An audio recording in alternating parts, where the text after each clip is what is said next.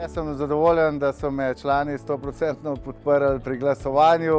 Očitno so ocenili, da je bilo delo, moje delo in delo prejšnjega upravnega odbora kompetentno in dobro. Hkrati bi se staremu upravnemu odboru zahvalil za vse preteklo delo in upam, da jih bomo lahko z njimi naprej še sodelovali in bodo postali predsedniki regij. Za novi upravni odbor pa sem zelo zadovoljen in imam velika pričakovanja. Mislim, da ste lahko danes na skupščini videli, da imamo najbolj kompetentne in kredibilne osebe v upravnem odboru in če ta ekipa ne bo premaknila kluba in Slovenije naprej, potem jaz res več ne vem, kdo so ti ljudje. Program je zelo bogato zastavljen, ima veliko področij in vsebin. Vsak član upravnega odbora bo upravljal svoje področje in res imam velika pričakovanja, da bomo v naslednjem 4-letnem mandatu naredili velike premike s klubom.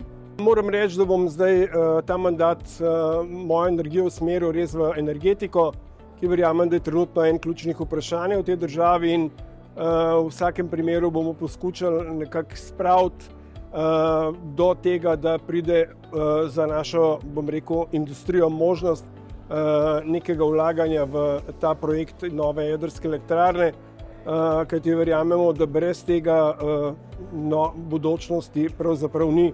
Lahko začnemo dejansko zapirati, bom rekel, večje industrije, večje porabnike, tako da je to ena od ključnih točk, na kateri bom delal. Sem sprejela povabilo za tokratni upravni odbor, zato predvsem, ker je bilo poudarjeno, da bi skrbela za analitiko in objavljanje podatkov različnih vrst, zato da bi člani, ki komunicirajo SBC in različne tematike navzven, dejansko temeljili na podatkih, ne samo na jaz mislim in zašankarskih debatah.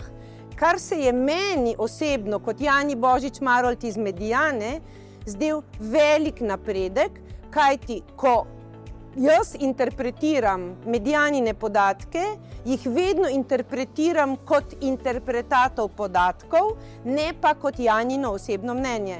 Tako da pozdravljam to idejo, da se odslej komunicira izsledke iz raziskav, iz podatkov, ki so že obstoječi ali na novo pridobljeni, so validirani, so objektivni ali in celo znanstveno podkovani. Tako da ta cilj je izjemno ambiciozen, je visoko leteč, ampak če nimaš visokih ciljev, tudi nizkih ne moreš doseči.